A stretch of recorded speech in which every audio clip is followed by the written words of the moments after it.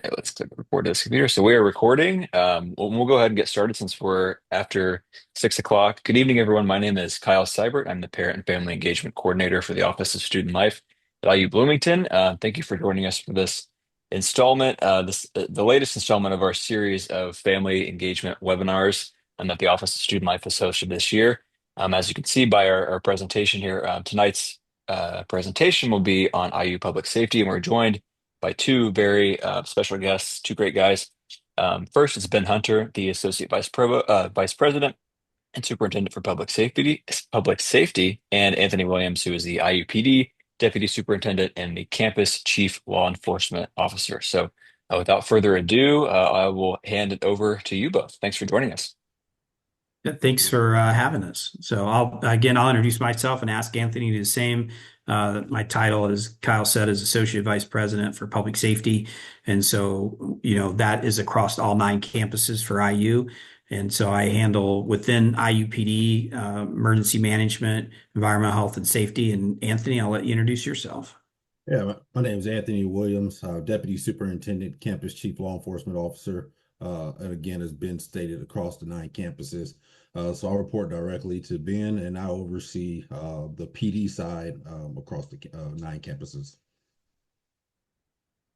All right, we'll flip through our agenda tonight is just to kind of give you an overview, talk about safety tips, resources for students, how we do incident management, which I think we'll get some questions about, which we're very proud of how we do incident management, and we'll take it from there. So, all right, Kyle, if you'll go to the next slide. All right. So again, I kind of briefly mentioned this, but we have 3 units that has a focus on public safety here at Indiana University. The biggest is the IU Police Department. Most people know that division because it's very visible on campuses. So you'll see them whether it's at an IU football game, basketball game, or you'll read a story about IUPD. Environmental health and safety is important to our institution. We primarily work with our partners in research. And so if you think of radiation safety, lab safety, we also do occupational safety. So that's all within public safety as well. And then probably our third most or our second most visible team behind the IU Police Department is emergency management and continuity. EMC does an excellent job. So they manage the IU notifies that go out, the crime alerts, that information, and they bring a multitude of people together when there is an incident. We're going to take a deeper dive into that area as well. So next slide. All right, so this is me. So I advise university leadership on our strategies for public safety overall.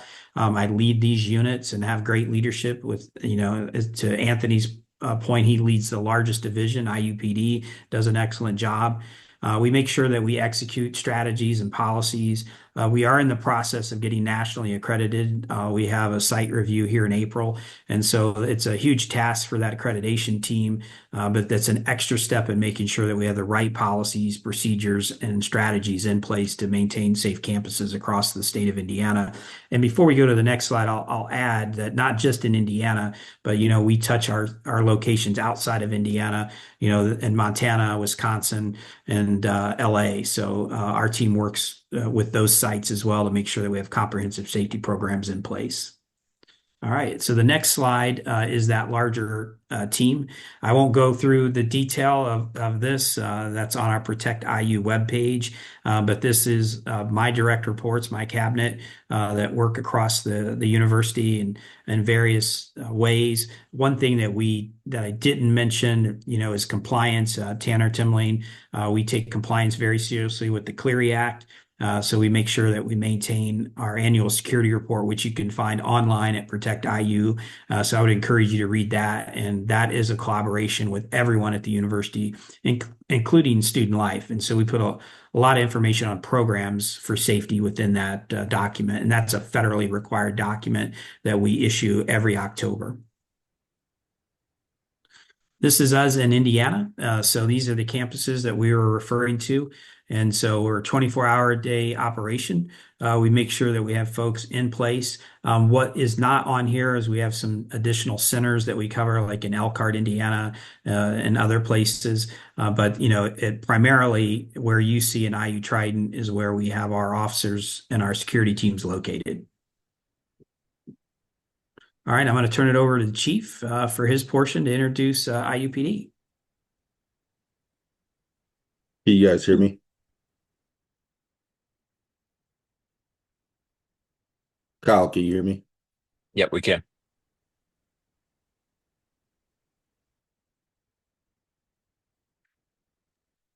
Kyle, can you hear me? Can you guys hear me? Okay, I just want to Yeah. make sure. Sorry about that. Yep. Yeah, so again, Anthony Williams, the police department, and specifically we're going to cover the Bloomington area because that's specifically what we're hitting on today. And these two gentlemen here that you see in front of you are the two captains, our operations captain and admin captain, two great guys that bring knowledge and experience to the department. But the best thing about them is that they on a daily basis, they're role modeling that community policing philosophy that we have here at IUPD. We have a pretty good sized department here, situated with all different. We'll talk a little bit about some of the specialties that we have. But these two guys right here help me drive that philosophy of making sure we have professionalism, inclusion within our department, and that we also bring forth that officers' feedback and seek those guidance and those things that our students need as we move forward. So this is the leadership, and we're missing technically one. We got a new captain that sits over events as well. But those three definitely hit the department running when I'm not there. When Ben needs something, we can call on those guys for anything. The next slide, specifically thinking about some of the things that we do, has been mentioned. We're a full law enforcement authority department. Campus patrols 24/7, 365.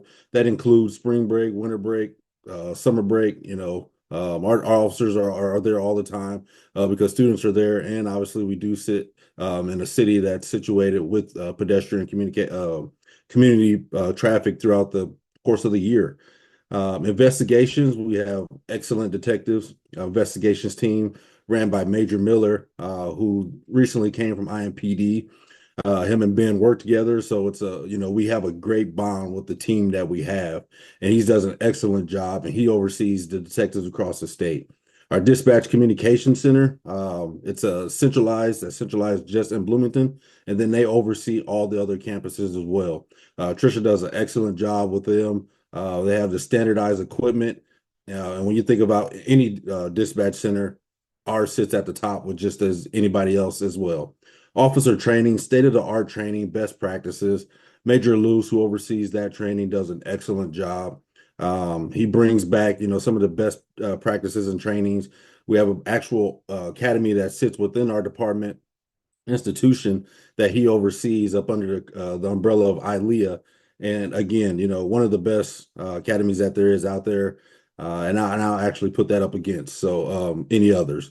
Our K9 unit, two specifically are geared towards just explosive detection. And I always say their second duty is just to look cuddly and fluffy and just to be nice, kind to our students.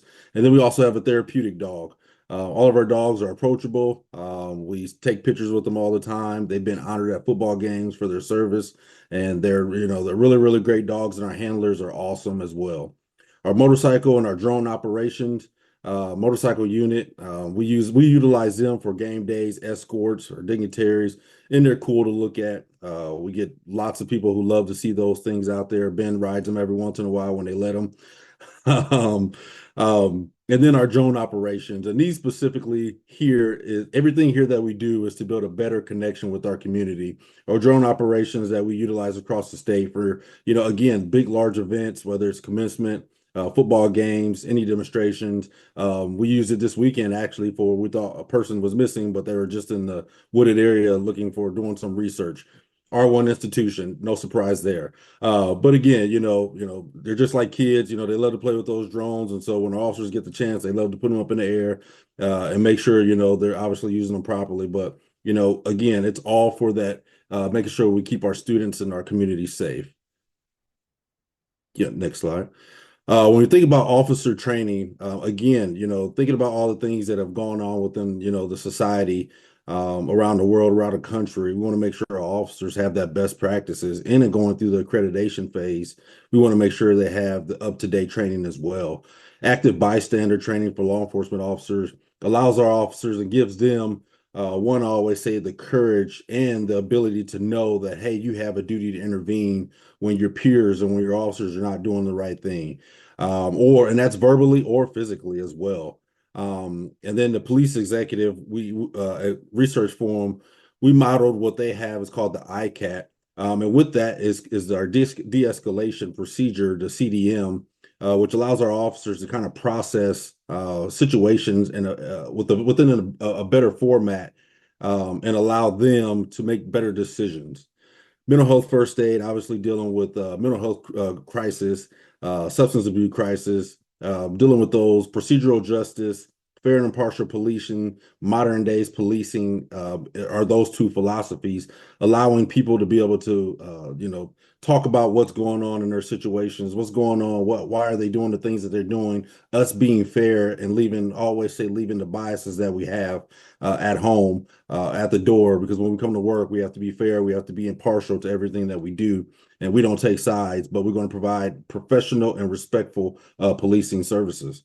Trauma-informed sexual assaults on a college campus. Again, making sure our officers are able to talk to individuals. Our biggest tool that we have is our voice, and we have to be able to communicate. And sometimes we have those specialized individuals, survivors, I would like to say, that we want to be able to make sure we provide that and that care and that the respect to them, to give them that dignity.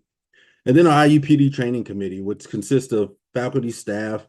One thing when we talked about the ICAT and the CDM, Ben has built this thing up, and we have faculty, and people who sit on that committee who help us with those, help us assist with our use of force, model that we have that's research based, and all that data as well is on our IUPD page as well, so you can see that. So as you can see, again, we want to make sure these are the top things that our officers are hitting on when they go to these trainings, and these are the things that we hit on every day in our philosophy of community policing. All right, thanks. And then obviously as a statewide, as an agency that has statewide jurisdiction and extended jurisdiction, it's important that we build partnerships and relationships with those agencies around us.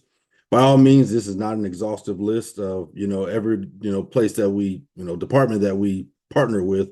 But these are the ones situated primarily around the Bloomington area that we do partner with, just to make sure we have assistance and coverage that we need, with Indiana State Police being our biggest partner, which, I come from another department, a university police department, and that's typical because of the way that the structured, their policies, it all situates the same thing. So again, we do connect with our partners, we do connect with the community outside of IU, so that, because our students also live in the community as well, and so we want to make sure we have that same relationship with them individuals.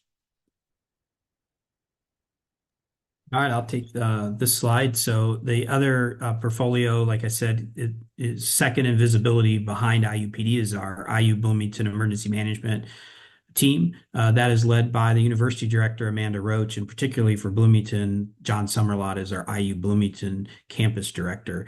That is a team that trains and practices with IUPD across the state, including EHS and my same portfolio.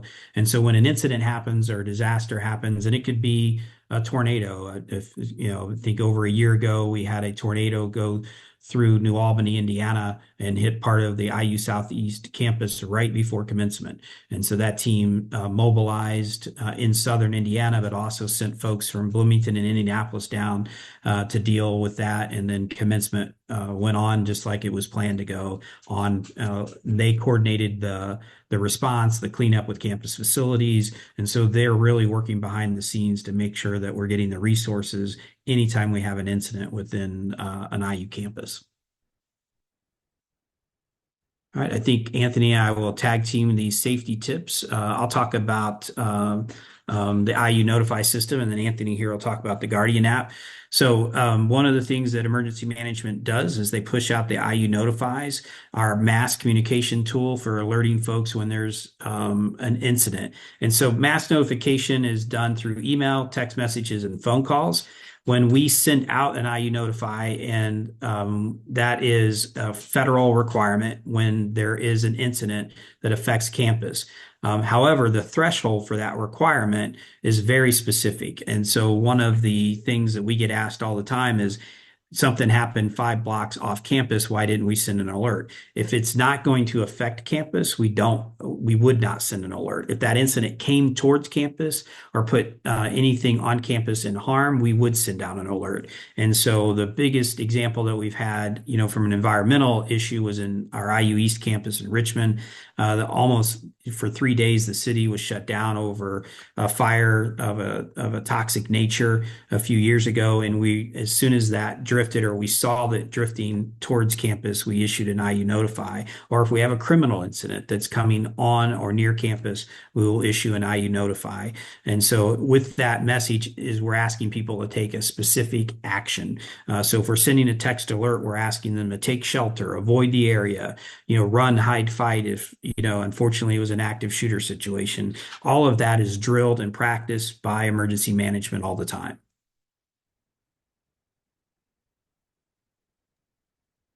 And going off of that with the Rave Guardian app, those notifications can be inputted also through this system here, which is a free app that we have. And obviously around just the country, most police departments or university police departments or campuses has something similar to this effect, that has all the information related to response to emergencies, how to contact your police department, 911, dispatch, text to the police department. And the biggest thing I like is this safe walk timer that obviously, you can input information that allows your parents, say you're walking from class and it's at night, and you're worried about your child. You can set this timer and allows you and get you notified if the individual is not home. Now, a lot of these systems, obviously, they're opt-in for our students, but as far as, to parents aren't necessarily, if your student has to, input that information in them for you. And we know how students are, how they can be when they don't want you to track them. But this, again, allows them to have that information firsthand right at their fingertips, because we know students are always on their phone. It goes hand in hand with us. Again, they can send us tips anonymously. And it also has wellness services. But the biggest part about it is that it has those resources that allows them to be able to get to us, and also for them to be able to access whenever they need those things. And this next slide talks about our blue light emergency phone systems throughout our campuses in Indiana. And so we have those in various locations, open spaces, outside of buildings.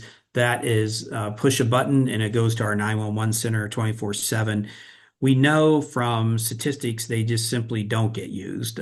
We found this generation actually uses the apps a lot more frequently, so we'll get tips, things like that. But we have kept these in place. But as folks are more comfortable with iPhones and the current generation, my daughter is a sophomore at IU Bloomington. I don't even know if she even recognizes these blue light phones.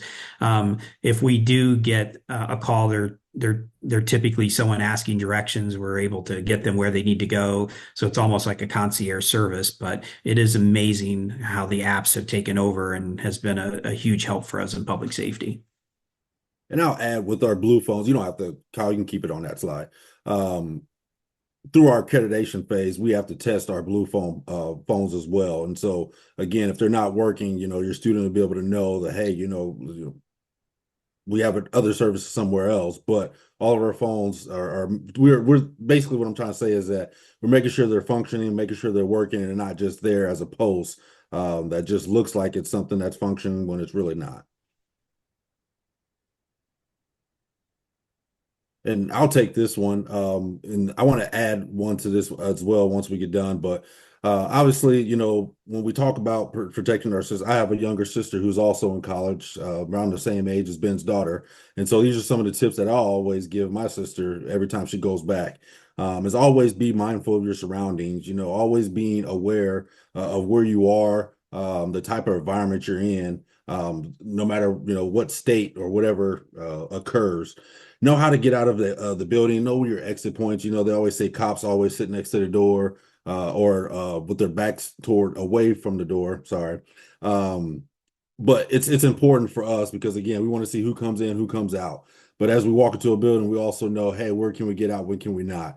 I did an active shooter presentation one time, and it's kind of odd when people don't notice the things that they should notice. When you ask, how can you get out of this room, a room full of windows? Folks may say, oh, well, I have no idea. Well, it's simple. We have 8-foot windows, they're ground floor plus out a window. And so those things is what we want our students to kind of to be mindful of, is those access points. Lock your doors, keep valuables out of plain sight. The biggest thing is, we get students from all over the country, from all over walks of life. And, we get students who say, well, we never lock our doors, car doors, house doors, whatever it is. But now you're coming into a different environment where you don't know folks. So just make sure doors are locked, keep your valuables out of sight, little handheld safes that you bring for the rooms, whatever it is, those things are helpful. If you walk at night, always be cognizant, but we always prefer that you have a walking buddy. Have somebody meet with you if you have a late night class. Give us a sense, give us a call if you need anything. To that point, what I wanted to add is our department, we utilize the cruise lights. Ben implemented this a couple years back, where our officers have these standing red and blue lights that just sits on the corner of their cars. And you can tell the difference between the emergency, them running emergency lights and these cruise lights. And this specifically for a high point similar to the blue phones. So that way, no matter where a police officer is, they can always be seen and visible to our students or just the community within itself. And what I love about this program is that now that other police departments are also catching on, you can find it in Indy, you can find sometimes our Bloomington officers where they're actually having their cruise lights on as well. And so it's a good program, and again, it's a visible point for our students to be able to see that, hey, our officers are out and about, and if I need help, there they are right there, they're close by. Obviously, if you see something, say something, reporting suspicious or criminal activity. And what may be suspicious to you may not be necessarily suspicious to someone else. And so anything that just does not look right, we always say report that information. And that Guardian Rave app is a great place to do that.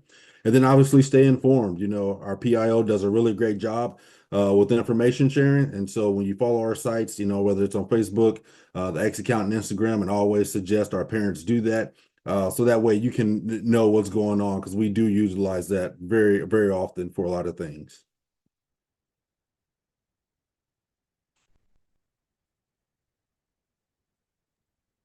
All right, I'll cover some student resources and then we'll get in the incident management team. So, safety and training and education. So, we offer different courses. What you see here is kind of the emergency management, environmental health and safety teaches how to use a fire extinguisher. You would be amazed that our children, and again, I have a sophomore, may not know how to use that. And so we want to make sure that they're functioning adults, that if there was a kitchen fire in a dorm area, we get a lot of popcorn that's overheated and bags that catch on fire. We want them to have those kind of resources so they know if there's a fire, at least they can fight their way out of a building. We're not asking them to put the whole fire out, obviously.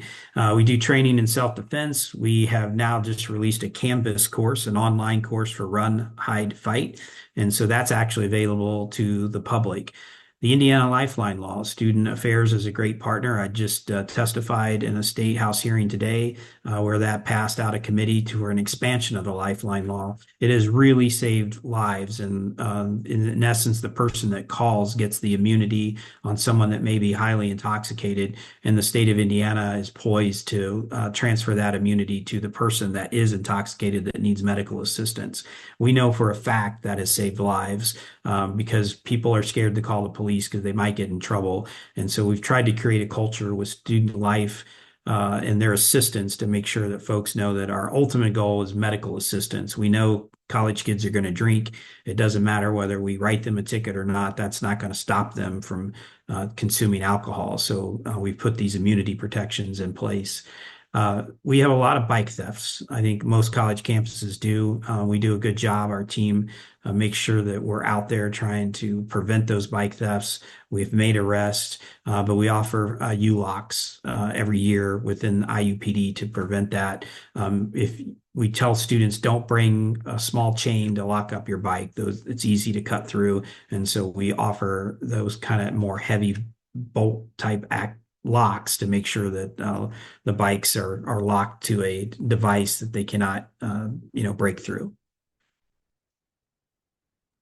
Chief, I'll let you talk about your community advisory board. Absolutely. So the Chiefs Community Advisory Board is a public board that allows folks to come and just give input. We also provide input and kind of a transparency communication about what's going on within our department. And so typically we share information such as our hiring, if there's any, big cases that we can share and how they went and implemented, and any safety tips that come about it. But then it's also a partnership and a network where we build programs, build things. Again, it's kind of helped with our use of force CDM programs. They helped us with our commission board and our commission reports. A lot of those individuals or sit on some of the things that we do. And so it's an opportunity for folks to give input. And this is situated out there we've had community members, faculty, staff, and students as well. We love that student input because it's a different input than, someone who's in a different capacity. They can request trainings, whether, it's self-defense classes, whatever programming that they want to do. I know the Mario Kart, drunk goggles, whatever you want to call them, is always a big program. But we do more than that. And we also want to get them involved. And I'll tee up this, the cadet officer program, but I don't want to ruin it because I know it's Ben's baby and I love it because he comes from this program. But this is a unique and this is an awesome program that IU started and first in the nation, and I'm correct, it's like 1979, it's not 1972 or something of that nature, when the program started, which allows students to graduate with a degree, but also as become full-time officer before they even do that. And then they work within our department as interns, they gain experience, we call them PTOs. But essentially, they're gaining a lot of experience before they graduate with that degree, and they're already certified police officers. So, Ben, if you want to add to that, and correct anything that I mishapped, it's a great program that has started here, and I know Ben is a reconciler of that program. So, No, you did a great job. It started in 1972, so we're kind of in our 52nd year of the program. It's got national praise, and the President Ryan started it in 1972 to make sure that police officers were professionally trained. In 2020, Governor Holcomb did a review of all the state academies, or one of those state academies through this program, and we came out better than any other academy in the state. So I'm very proud of what IU has done. A lot of professional training, a lot of effort. We've worked with our faculty, and so I think we can continue to improve that program. And we're bringing on a faculty researcher in the coming months that will continue to help us with that program. All right, we'll discuss incident management, and then at that point we can happy to take questions. Anthony, said it earlier, and it's if you see something, say something. We're often, ahead of emergencies, but we're often at times we can be behind an emergency, and I'm always amazed. It's like, why didn't someone call IUPD or the police? And so we often remind folks, if you see something that's suspicious, let us know. And so we'll respond to it. And so we have a professional 911 center the chief mentioned, and I agree with him. I would put that 911 center up against any in the state. It's very busy. We're answering 911 calls from 9 campuses across the state, and we're getting calls transferred to us from other 911 centers if it has any connection to an IU property or campus. So it's very busy. That team is dedicated. And so they're working hard, whether it's 3 in the afternoon or 3 in the morning. So we will activate what's called an incident management team if we have an incident that's on campus or very adjacent and close to campus that we need to monitor. And so that incident team is a multidisciplinary team that comes together. The chief is on there. He has his IUPD leadership on there. We have student affairs representative. We have legal counsel representative. Emergency management is often running those incidents. And that team comes together, and then we make real-time decisions with an incident commander in the field. I implemented it 8 years ago. It's been very successful. I think from my standpoint, we've had IMTs that have lasted for, you know, 12 hours, and we've had IMTs that have lasted for, 10 minutes, depending on the incident. We're a large state institution across Indiana, and so, things happen near and on campus. We want to mitigate that threat, and this team has done a good job of doing that. So we'll go to the next slide, which kind of highlights the goals with that. And our goal is simply to provide timely, relevant, and actionable information. And so we are prepared to respond to situations, whether it's an active shooter threat, whether it's a lost individual. The chief had mentioned the drones. We have utilized the state police helicopter when we've had individuals lost, whether they've wandered off for various reasons. We've had children that have wandered off from sporting events. So we manage all type of incidents across the state in any given year. And so that multidisciplinary team is a huge asset to us because they're often thinking of things that maybe a law enforcement perspective didn't think of. And that's where student affairs is crucial, because when we do have a tragic incident, the student affairs team, they're immediately thinking of student services. They're thinking of parents. They're thinking of guardians. And so they're putting those type of plans in place in real time instead of them finding out about how we handled the incident the night before. So it's been a great program, and we're continuing to refine it with actually AI. And so we've been working with AI and putting documents in there that we can search in real time, policy documents, documents on counseling, all of that immediately we can ask questions to and have resources at our fingertips. So I'm very proud how emergency management has brought along that IMT process. We'll go to the next one. This talks about our emergency communications through the IMT. And so I had mentioned that, one criticism or question that we've gotten is, well, an incident has occurred, 5 or 10 blocks off campus. Why didn't you send out a notification? So we are under the Federal Clery Act. And so there is a very defined way that we have to issue emergency communications. And so in that federal code, there's a threshold that's called ongoing or continuous threat. And so then we have to provide and communicate specific safety instructions. And all of those have been templated out. We do an after action report every time we have a major incident. And so then we revise that. We work with compliance. We work with our deans. We work with student life. And we bring a group of folks together and say, okay, this is how we handled the incident. Could we improve? What can we do on communications? But it really does come down to, is it an ongoing or continuous threat? That is defined by the Gian Cleary Campus Crime Act, and it's established by the U.S. Department of Education. It is in federal code, and so we do a great job of making sure that, again, we have tabletop exercises. And we just completed one for Little Five. We did a series last year on all campuses for an active shooter threat, and we varied that from campus to campus.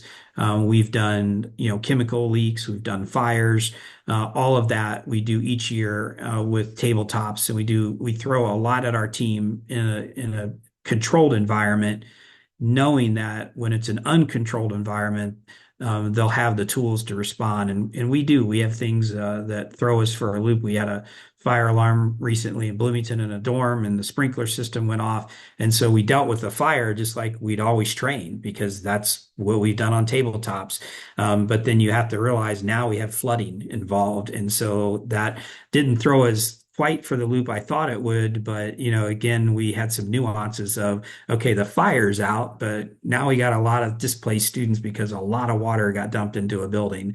And so, and water will go through every open crevice. And so we had to deal with that. And so that was an extracted IMT, and we brought in multiple resources for it. So the Clery Act, you can find more information here. We're going to give you a link here to the annual security report at the end. So we'll go on to the next slide. Um, I will talk about the IU notification system in two ways. So we call, what we have the IU notify through text alerts, and then we have what's called crime alerts or crime notices through timely warnings. Timely warnings is the federal definition. We don't try to confuse people, but a lot of folks don't understand the federal definition. So we break it up in two ways. IU notify is text messages. Crime alerts come through emails. And so this is an example. And so we send these for crimes that have occurred that represent an ongoing threat that but may not be occurring in the moment. And this applies to all of our Clery Act geography across all of our locations. And it does not matter. We have a campus in LA, we have a campus in Wisconsin, we have a campus in Montana, and then we have campuses throughout Indiana. And so if something occurs on those campuses, the threshold is the same. So we have to issue that warning as soon as we have pertinent information.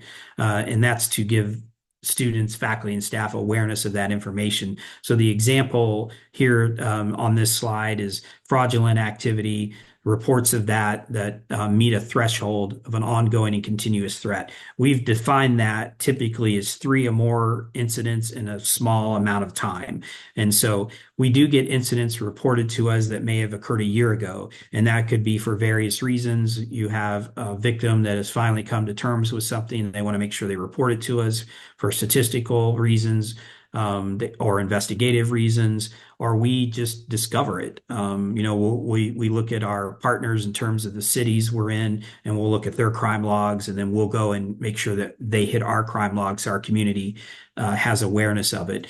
The best way I can decide the Clery Act is a consumer protection law, but is really professionalized campus policing over the last decade or more.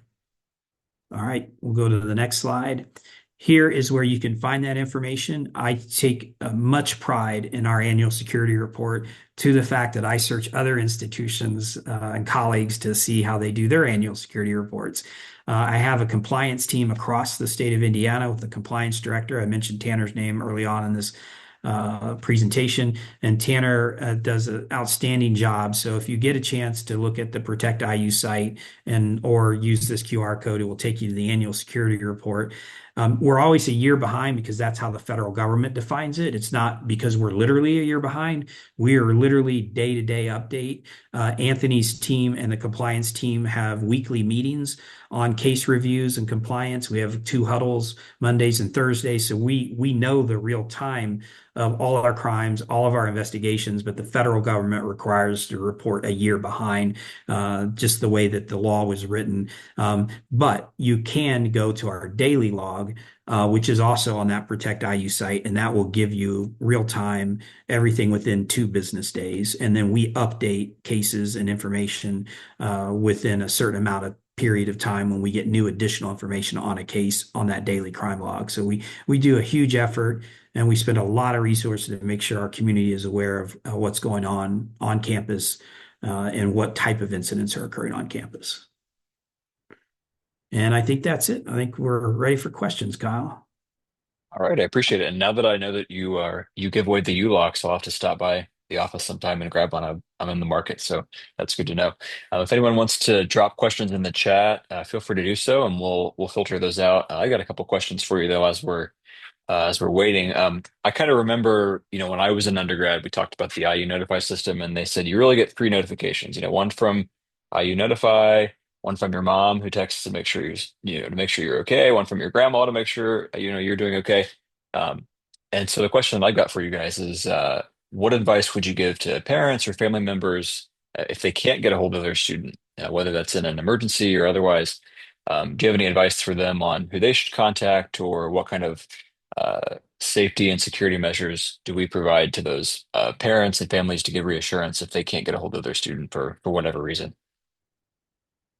Yeah, I could chime in and Chief can follow up. I mean, my biggest advice during a critical incident is not to flood our 911 center. And that happens every time we send it out an IU notify. And and the reason I say this respectfully, because when we send out an IU notify, we're wanting people to call 911 with additional information. So if we have, say, an armed robbery, in the Indianapolis area and the assailant is coming on a trail or near the canal or, equivalent to Bloomington or what have you, we'll send out an IU notify because we want the community to know. We want them to take action. We want them to be aware and protect themselves. And we are responding. We have the INT activated, but a lot of times we'll get parents that will call the 911 center and they'll say, "Hey, I just got this text." That floods our 911 center. And so it's like any other city 911 center. We want those calls to be there for the actual information, actionable information for someone that sees a crime, and then that we can respond to that as we may have a perimeter or we're working with whatever city jurisdiction is close to one of our campuses. That's my biggest advice is allow that system to work. When it's not an emergency, we do a lot of welfare checks, and I'll turn to the chief to kind of mention and talk about that. Yeah, absolutely. And during emergencies, I think that's the biggest part about, getting to know your roommates, their parents, friends and family, so that way everybody can all communicate effectively with each other in case something does happen. Then that way, you don't have to worry about flooding our lines. You can't get a hold of them if they're together because it's going to take some time. And that leads me into, what Ben was just saying. You know, it always happens, especially during that first week where you can't get a hold of your student. They're either sleeping or they're enjoying the freedom of not being home with you all. And so again, give us a call during those non-emergency times. And we do the check well-being calls, and it's just a quick reminder, hey, to call your parents, keep track of your parents, keep track so they know where you are, or that they know that you're safe.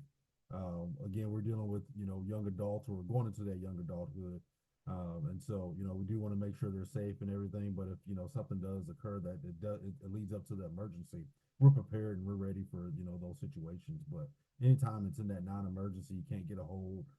You tried pretty much all, you're exhausted. Give us a call and let us know. We can do those check well-being calls to make sure your student's safe and have them give you a call. But also know that there's some other things that may dictate their situation based on what the situation may be. So. It's perfect. Thank you. So we have one question from our audience. Can you elaborate a little more on the Rave Guardian app? Is that available to parents, guardians, to receive alerts and notifications, or is it available only for students and those who are present on campus? So right now, the best way I would tell parents is that your student can go onto their profile and add your cell phone number so that when we send out an IU notify and they can add multiple people. We have students that have added parents, grandparents, friends that are non-IU affiliate. The Rave Guardian app does require an affiliation to IU, so an IU email address, IU profile. I think, there's probably possibly room in the future as those apps get better that they could add folks to that side of it. But I will tell you that it's almost instantaneously. So if they go into your student's profile and they add your cell phone number, it comes at the same time that it hits the app. The features of the app are more for your faculty, staff, and students because they can send us tips directly from that aspect. They can do that safe walk that Anthony talked about. So if you're wanting to get the actual text alerts, my best advice is to have your student go into their profile and add your information. And Kyle, I Appreciated believe that. it's for all of our students, so it's not just students on campus. I believe that was part of the question as well, if I was looking at it right. So, all students are, again, we have a system where you're already opted in instead of, it used to be that you have to opt in for it, but if you're registered as a student, then you're already in the system. Your student has to go in there, just as Ben said, to add your information.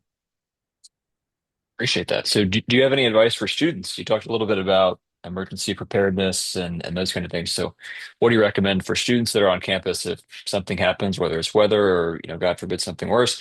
Any advice for people on campus, students in particular, on how they might respond in a crisis? Yeah, I would always say, our emergency management continuity just released, and I'll just go to the extent right now, but just released, the run hide fight video. And those videos are always good to prepare yourself and, kind of see how to prepare, what you're going to do in case that happens. As cops, we always run what if scenarios through our mind. And I think that should be for everybody. I don't think we should walk around, in life scared, but I think just being prepared. That goes into, when Ben was talking about the fire alarm and the weather, that stuff never happens when it's 70 degrees like today outside. It's always at midnight when it's cold and, -degree weather. And so again, preparing yourselves for, if you can grab your keys, go to the warm car, or, have pants and shoes ready. If you're in a shower, again, have something prepared. So that way, if you need to run out, you're available, you're properly clothed. So that way, until we can get, buildings open and access to that. Same thing with, spring breaks coming up, traveling, have a plan, let your parents know what's going on, your friends, who are you going to be with? It's always good just to have that emergency operations plan in your mind about how you're going to effectively go about your day, whether that's, even if you're just going to classes. And I know I'm bouncing around, but it's just so many different things I think we can have in our mind to plan from small scale to a large scale. And again, it's from, waking up, just going to classes, and it's going to rain outside. We're on a big campus, and I know we catch buses. Do you bring an umbrella? To again, that active shooter mentality of if something happens and I have this umbrella, can I use this as a weapon? And so again, it's just a lot of times just thinking about, our action planning and what we can and our capabilities. And then again, we'll always harp on it, but you see something, say something, let us know. Never be afraid to communicate that things. There's ways out there to text police now, 911, give us a call, submit anonymous tips. We have a mock system where we get them all the time, where, a tip comes in and we follow up on it, goes right to our operations captains, goes right to our dispatch, and it comes right to me, Ben. We see them right away. And if it's something that, we know we got to get right on it, we make sure our patrol is ready to respond. And I would add, Anthony's right. I mean, I would add know your surroundings, even in the minor situations.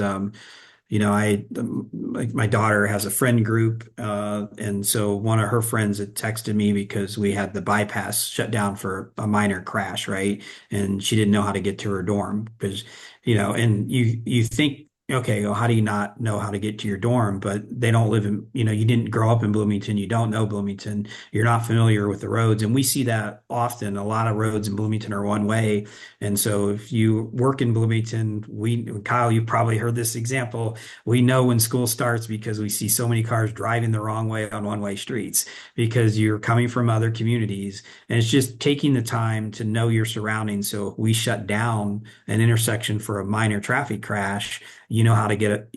You know how to get A to Z, right? We're not interrupting. We don't want to do that to interrupt your day. We realize it's an inconvenience, but just knowing your surroundings will be key to everything that you may do to respond to an emergency. Yeah, and I may or may not have driven down a one way before, but we won't talk about that. So, yeah, I don't see any other questions from our audience. So I just want to say thank you again to both of you for joining us. We'll end our call a little bit short. And for those of you that are still watching, we'll make sure we post this on our website by the end of the week. And so it will be there as a resource for all in the months to come. So thanks again, Ben and Anthony. I appreciate you both, and we will talk to you soon. Yeah, thank you. Thanks for the invite. Take care.